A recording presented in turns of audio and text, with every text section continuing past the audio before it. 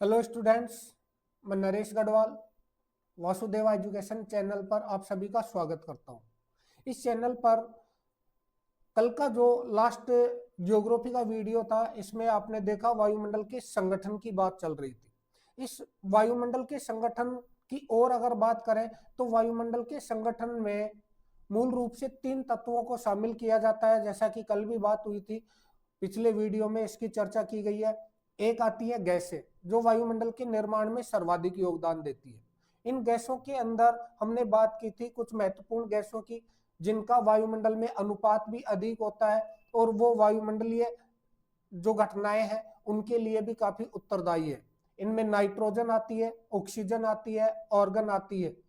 इसके अतिरिक्त एक कार्बन डाइऑक्साइड गैस और एक ओजोन गैस की हमने बात की थी।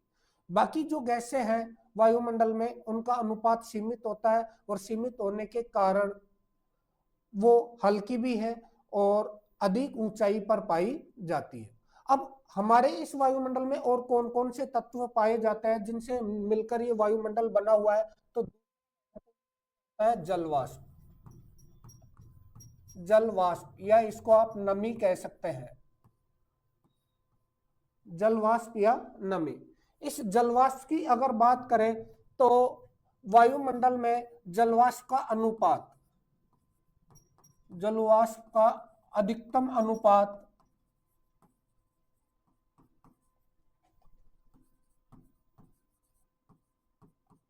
मात्र 2% होता है। संपूर्ण वायुमंडल के निर्माण में जिन जिन तत्वों का योगदान है उनमें जलवाष्प की मात्रा मात्र 2% होती है। ये जलवाष्प वायुमंडल में आई कहां से? तो जलवाष्प के लिए कहा जा सकता है कि जल का गैसीय रूप, जल का गैसीय रूप ही जलवाष्प कहलाता है, जलवाष्प कहलाता है। जल का गैसीय रूप, जल का गैसीय रूप कैसे आता है? तो जैसे जैसे सूर्य की सौरिक विकिरण के कारण पृथ्वी का तापमान बढ़ता है, पृथ्वी पर जलीय स्रोत है, जलीय स्रोतों के अतिरिक्त जीव जंतु और वनस्पति है, इनसे भी वाष्पीकरण होता है, मृदा से भी वाष्पीकरण होता है। तो तापमान में वृद्धि के कारण जल का जो वाष्पीकरण होता है, उस वाष्पीकरण के कारण ही जलवाष्प वायुमंडल में पाई जाती है। इस जलवाष्प का वायुमंडल के लिए विशेष महत्व है।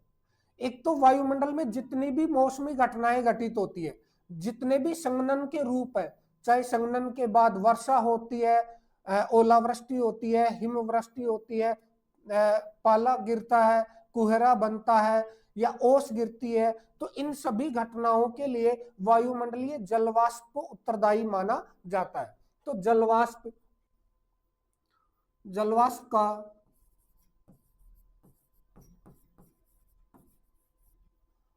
मौसमी घटनाओं के लिए, घटनाओं के लिए विशेष महत्व है, विशेष महत्व है। मौसमी घटनाओं की बात करें तो मौसमी घटनाओं के अंतर्गत संघनन के जितने भी रूप हैं, संघनन के रूप, इन रूपों की बात करें तो इसमें वर्षा आ जाती है, हिमवर्षा आती है, ओस गिरती है, पाला गिरता है, कोहरा बनता है। तो ये सारी की सारी वायु जो घटनाएं हैं, मौसमी घटनाएं, वो इस जलवाष्प के कारण ही घटित होती है। तो ध्यान रखें कि वायुमंडल में जलवाष्प का भी अपना एक अलग महत्व है। सामान्य रूप से देखा जाए तो संपूर्ण वायुमंडल में जलवाष्प की औसत मात्रा 2% है, लेकिन इसके वितरण में असमानता पाई जाती है। वायुमंडल में धरातल से ऊंचाई की ओर जाने पर या भूमध्य रेखा से विषुवत रेखा से उत्तरी या दक्षिणी ध्रुव की ओर जाने पर जलवाष्प की मात्रा में क्षेत्रीय आधार पर परिवर्तन होता है। जैसे अगर बात करें तो संपूर्ण वायुमंडल में जो वायु जलवाष्प का औसत है वो 2% है। अब इस 2% का प्रतिशत भाग यानी लगभग 1% भाग मात्र 2 किलोमीटर की ऊंचाई तक पाया जाता है, किलोमीटर की ऊंचाई तक। यानी जलवाष्प एक भारी गैस है, गैसीय रूप है जल का, तो गैस है, और ऐसे में भारी होने के कारण ये वायुमंडल के निचले भाग में ही अधिक पाई जाती है, मात्र 2 किलोमीटर की ऊंचाई तक। उसके बाद जैसे जैसे हम ऊंचाई की ओर जाते हैं तो जलवाष्प की मात्रा घटती जाती है। दूसरा, अगर अक्षांशों के आधार पर इसके वितरण की बात करें तो जो विषुवत रेखीय क्षेत्र है, विषुवत रेखीय क्षेत्र, विषुवत रेखीय क्षेत्रों में जलवाष्प की मात्रा अधिकतम होती है, और अधिकतम होगी ये 4 से 5% के बीच। विषुवत रेखीय क्षेत्रों में जलवाष्प की मात्रा हमेशा अधिक पाई जाती है, 4 से 5%। इसके पीछे का एक बड़ा कारण है कि विषुवत रेखा पर सूर्य लगभग साल भर सीधा चमकता है। दूसरा, दिन और रात की अवधि बराबर होती है, तो सूर्य की सीधी किरणें और दिन और रात की अवधि अधिक होने के कारण विषुवत रेखीय क्षेत्रों में तापमान अधिक होगा, और तापमान अधिक होता है तो धरातलीय क्षेत्र में जो जलीय स्रोत है उनसे वाष्पीकरण अधिक होगा, तो उस वाष्पीकरण की अधिकता के कारण इन क्षेत्रों के अंदर है जलवाष्प की मात्रा अधिक पाई जाती है। इसके अतिरिक्त विषुवत रेखा से जैसे जैसे हम ध्रुवों की ओर जाते हैं तो सामान्य रूप से जलवाष्प की मात्रा घटती जाती है। लेकिन अगर बात करें कि वायुमंडल के किन क्षेत्रों में सबसे कम जलवाष्प पाया जाता है, तो उसके लिए दो प्रमुख क्षेत्र होते हैं। न्यूनतम जलवाष्प वाले क्षेत्र, न्यूनतम जलवाष्प वाले क्षेत्र, ये जो क्षेत्र है मूल रूप से दो हैं। एक आता है उष्ण एवं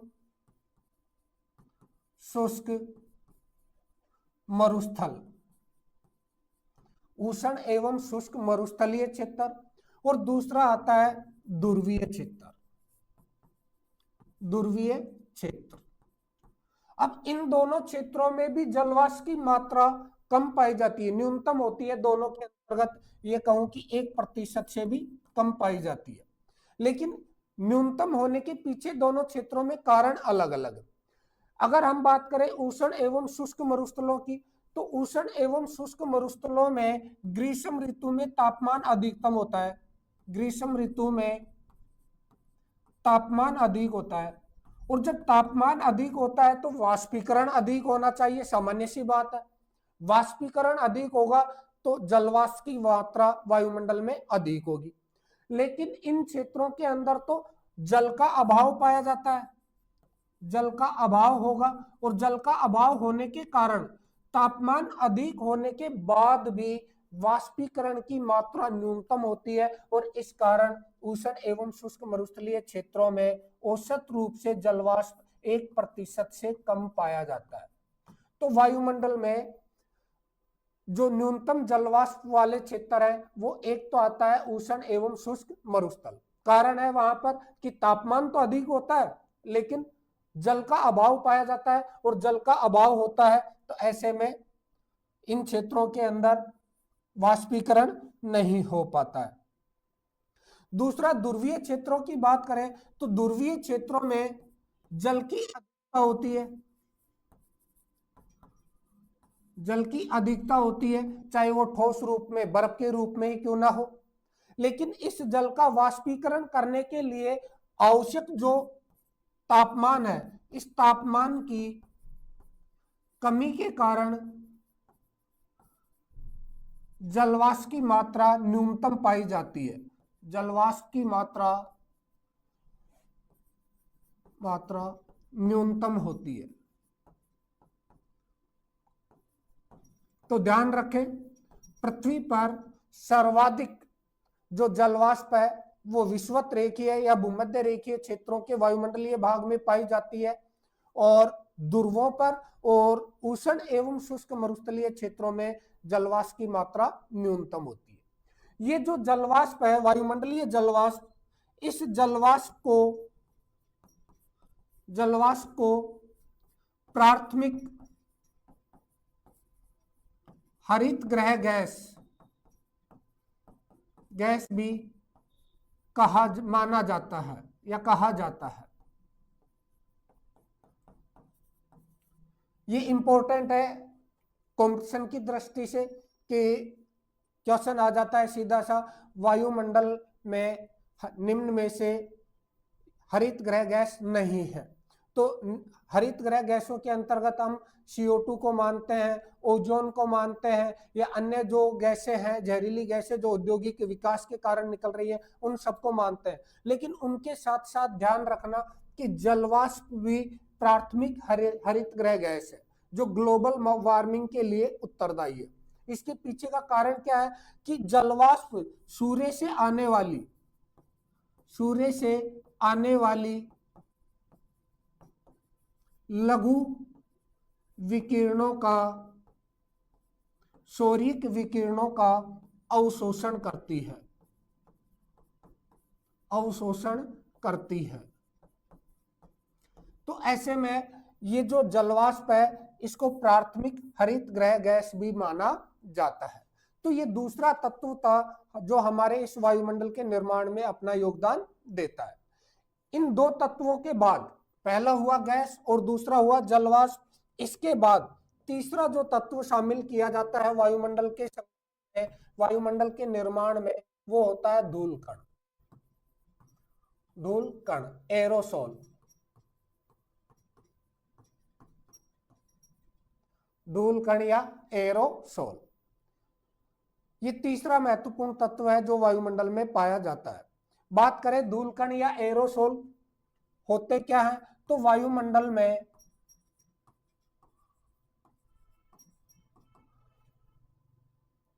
रेत,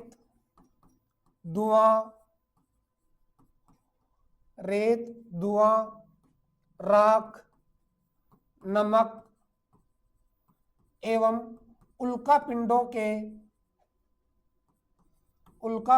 के टूटे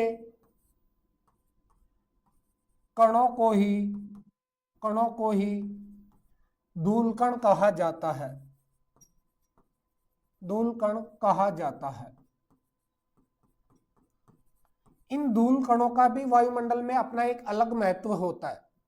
ये धूल कण रेत के रूप में, जो तीव्र जब धरातल पर हवाएं चलती है तो धरातल से जो रेत के बारीक कण है वो वायुमंडल में ऊंचाई के साथ उड़ने लगते हैं।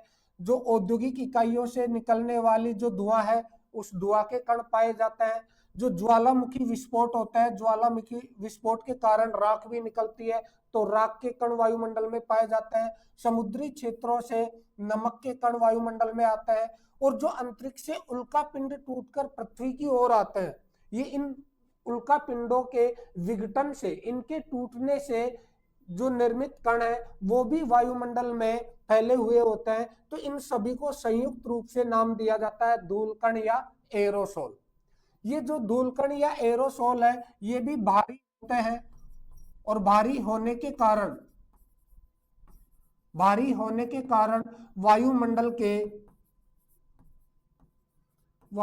के निचले भाग में ही पाए जाते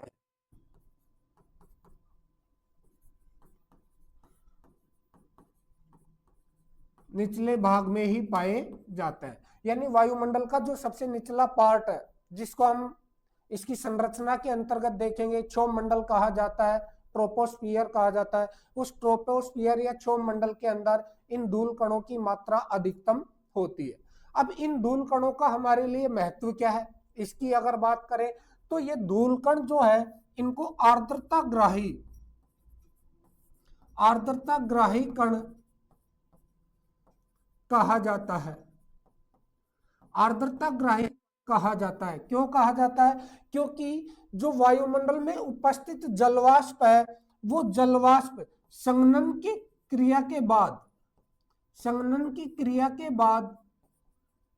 बाद धूल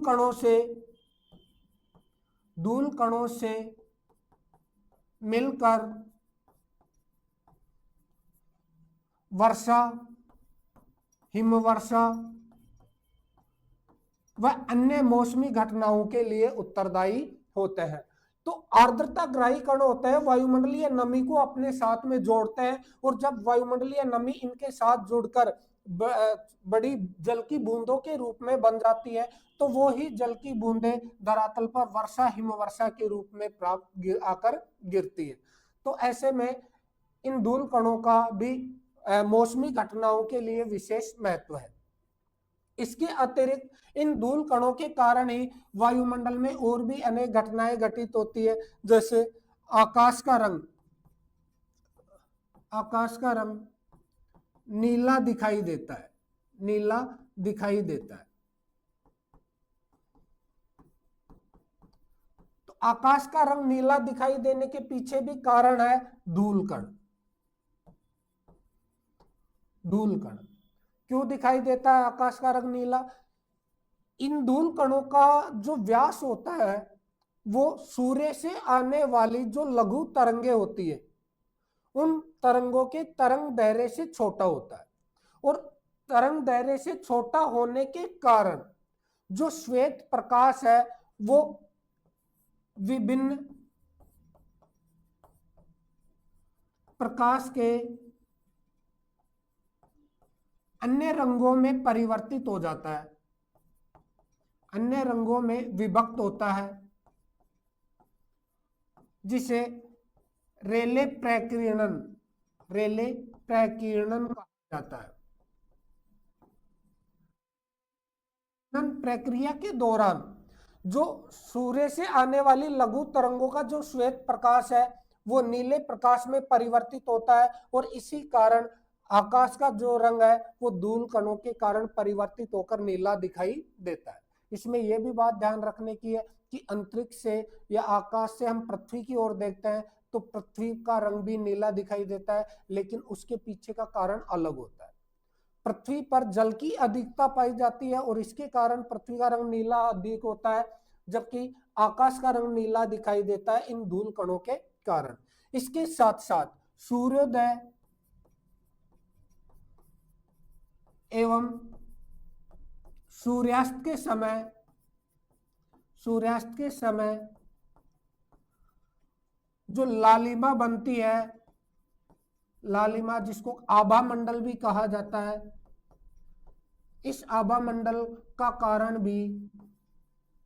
कारण भी धूल कणों को ही माना जाता है, धूल कणों को।